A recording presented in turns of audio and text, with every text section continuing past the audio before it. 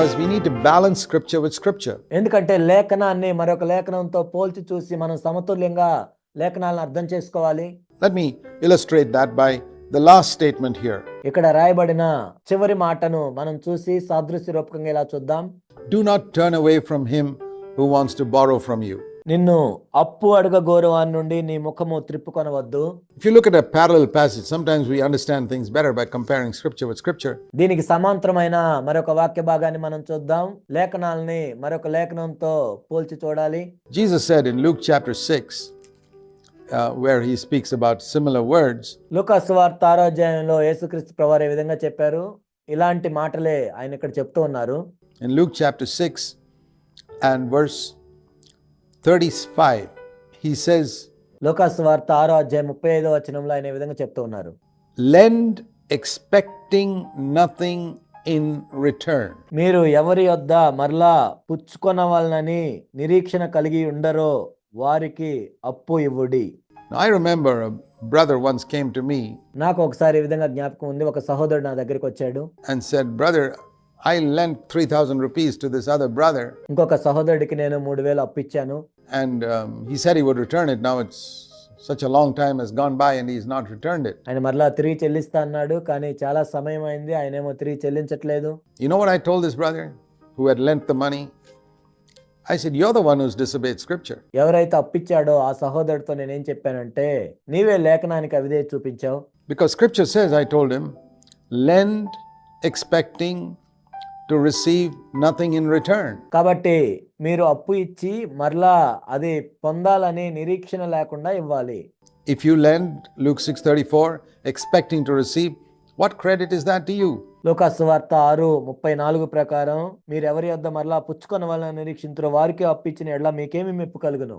Even sinners lend to sinners in order to receive back the same amount. పాపులను తాము ఇచ్చినంత మరలా పుచ్చుకొనవలనని పాపులకు అప్పు ఇచ్చేదరు కదా. But when you lend, expect nothing in return.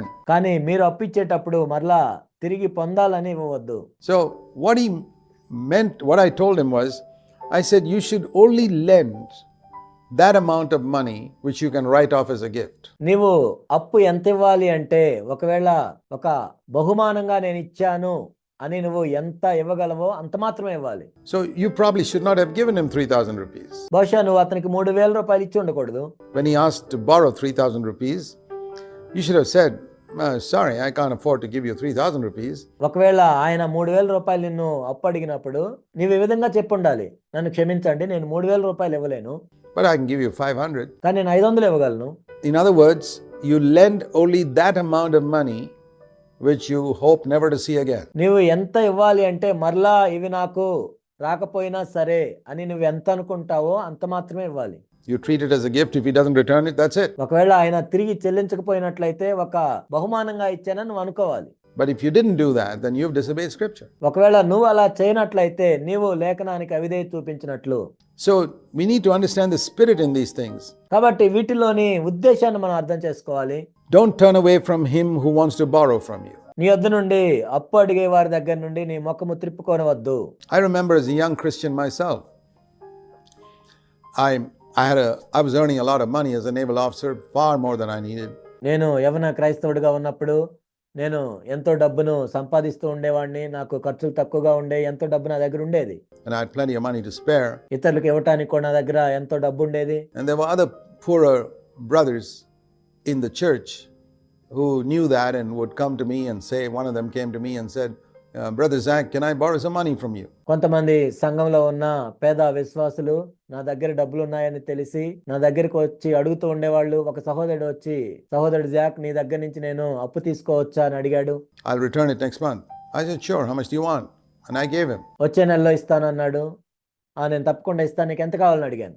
The next month came along and he came to me and said, I'm a bit hard up, I still can't return what I borrowed from you. Can you give me some more? అయితే ఒక నెల అయిన తర్వాత ఆయన మరలా నా దగ్గరికి వచ్చి, ఇప్పుడు నీ డబ్బులు తిరిగి చెల్లించడం నాకు కష్టంగా ఉంది, ఇంకొంచెం నాకు అప్పు ఇవ్వగలవా అని అడిగాడు.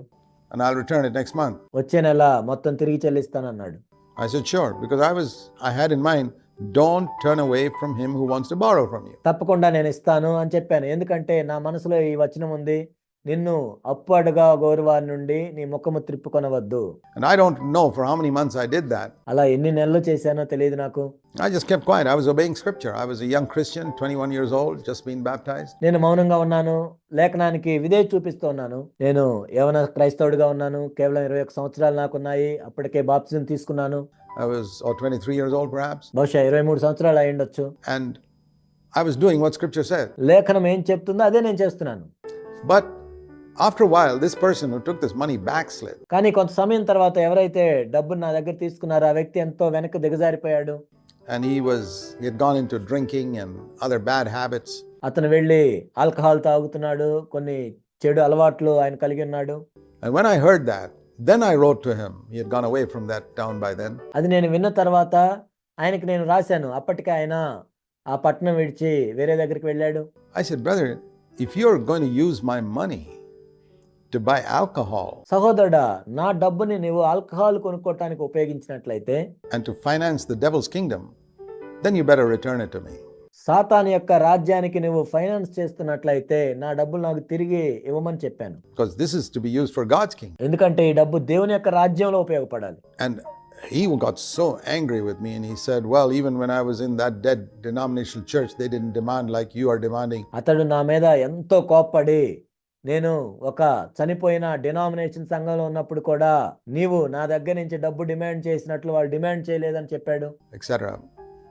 And the Lord said to me, forget it. అప్పుడు ప్రభు నాకేం చెప్పాడంటే, నువ్వు మర్చిపో. I never wrote back to him and I never got the money back. నేను మరలా ఆయనకి తిరిగి రాయలేదు, నా డబ్బులు నాకు రాలేదు. And I said, Lord, what did I do wrong? అప్పుడు నేను ప్రభుని అడిగాను, ప్రభు నేను చేసిన తప్పేంటి? I obeyed your scripture which said, don't turn away from him who wants to borrow from you. నిన్ను అప్పు అడగగోరు వాని నుండి నీ ముఖము త్రిప్పుకొనవద్దు అనే లేఖనానికి నేను విధేయత చూపించాను కదా. And the Lord taught me something there which has helped me throughout all these nearly 50 years. అప్పుడు ప్రభు నాకు అక్కడ ఒక విషయాన్ని బోధించాడు. దాదాపు 50 సంవత్సరాలు నాకు అది ఎంతో ఉపయోగపడింది. And that is, you must compare scripture with scripture. అదేంటంటే ఒక లేఖనాన్ని మరొక లేఖనంతో పోల్చి చూడాలి. And what the Lord showed me was, I treated that money as if it was my own. One scripture said, అక్కడ ప్రభు నాకేం చూపించాడంటే ఆ డబ్బుని అదేదో నా సొంత డబ్బులాగా నేను భావించాను. I must lend to him who asks of you. But there's another scripture which says that nothing that I have belongs to myself. ఒక లేఖనంలోనేమో ఈ విధంగా ఉంది, నిన్ను అడుగువానికి ఇమ్ము, నిన్ను అప్పు అడుగుగోరు వాని నుండి నీ ముఖము త్రిప్పుకొనవద్దు. ఇంకొక లేఖనంలోనేమో నీవు కలిగి ఉన్నదంతయు కూడా నాదే అని ఉంది. Everything on earth belongs to the Lord. ఈ భూమి మీద మొత్తము కూడా దేవునికి సంబంధించిందే. The earth is the Lord's and everything that it contains. భూమియు దాని సర్వ సంపూర్ణతయు ప్రభువే. So when I receive a salary which I think is mine, it's not mine. నాకు జీతం వచ్చినప్పుడు అదంతా నాదే అనుకున్నాను, కానీ నిజానికి అది నాది కాదు. I should forsake it. I should give it to the Lord. నిజానికి అది నేను దేవునికే ఇవ్వాలి, దేవునికే చెందింది అది. So even though I collect my salary on the first of the month and it's in my bank account, I must say that's not my money, that's God's money. నేను 1వ తారీఖు నేను డబ్బును తీసుకొని నా బ్యాంక్ అకౌంట్ లో ఉన్నా కానీ అది నాది కాదు, అది ప్రభువుకు సంబంధించిన డబ్బు. So the illustration that came to me at that time was, if somebody had given me say 5,000 rupees. అప్పుడు నాకు అర్థమైన సాదృశ్యం ఏంటంటే, ఎవరైనా నీకు ఒక 5,000 రూపాయలు ఇచ్చారనుకోండి, to keep and say, please keep this, I'll come and take it from you later. నీ దగ్గర ఆ డబ్బులు ఉంచుకో, తర్వాత వచ్చి నేను తీసుకుంటాను అని చెప్తే, and another person comes to me at that time and says, hey Zach, I hear that you got 5,000 rupees with you, can you lend me 3,000 rupees out of that? అప్పుడు ఇంకొక వ్యక్తి వచ్చి, నీ దగ్గర 5,000 రూపాయలు ఉన్నాయని నేను విన్నాను, అందులో 3,000 రూపాయలు నాకు అప్పుగా ఇవ్వగలవా అని అడిగితే, what will I say? అప్పుడు నేనేం చెప్తాను? I'll say, I'm sorry brother, that's not my money. సహోదరుడా, నన్ను క్షమించండి, ఆ డబ్బు నాది కాదు, it's somebody else's, he's just asked me to keep it. అది వేరే వాళ్ళ డబ్బు, ఏదో నా దగ్గర ఉంచమని వాళ్ళు ఇచ్చారు.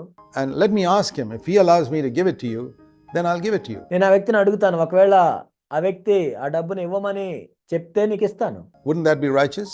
Because it's not my money. అది నీతిగా ఉంటాం కదా, ఎందుకంటే అది నా డబ్బు కాదు కదా.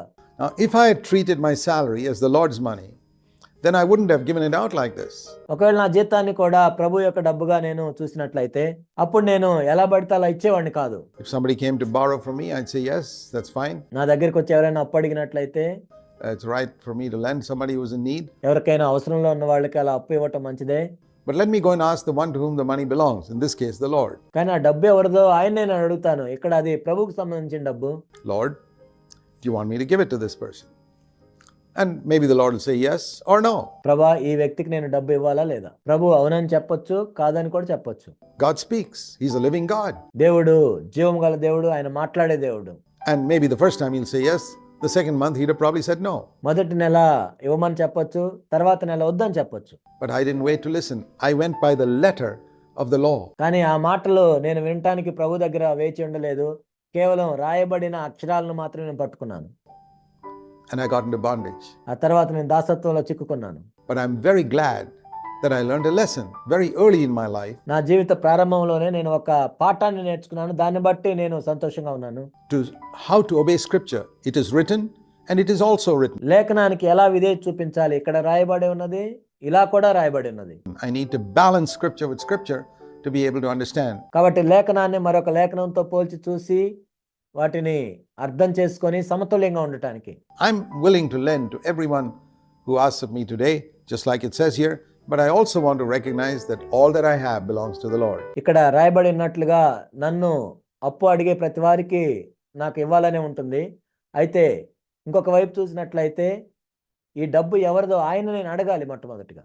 So I cannot give that out without asking the Lord. కాబట్టి ప్రభువుని అడగకుండా నేను అప్పు ఇవ్వటానికి వీల్లేదు. And that's what I followed subsequently when people have come to me and asked me for money. ఆ తర్వాత ప్రజలు వచ్చి నన్ను డబ్బును అడిగినప్పుడు ఇదే నేను నియమాన్ని పాటించాను. I said, let me seek the Lord. If I have freedom in my spirit, I give it to you. నేను ప్రభు దగ్గరికి వెళ్తాను, నా ఆత్మలో స్వాతంత్రం ఉన్నట్లయితే నీకు ఇస్తాను. And there are times I've given, some never got it back. కొన్నిసార్లు నేను ఇచ్చాను, నా దగ్గరికి మరలా అవి తిరిగి రాలేదు. And there are times when I'm not given, కొన్నిసార్లు నేను ఇవ్వలేదు. because the Lord didn't give me freedom to give. ఎందుకంటే ఇవ్వటానికి ప్రభు నాకు స్వాతంత్రాన్ని ఇవ్వలేదు. My heart was willing, కానీ నేనైతే ఇవ్వటానికి సిద్ధంగానే ఉన్నాను.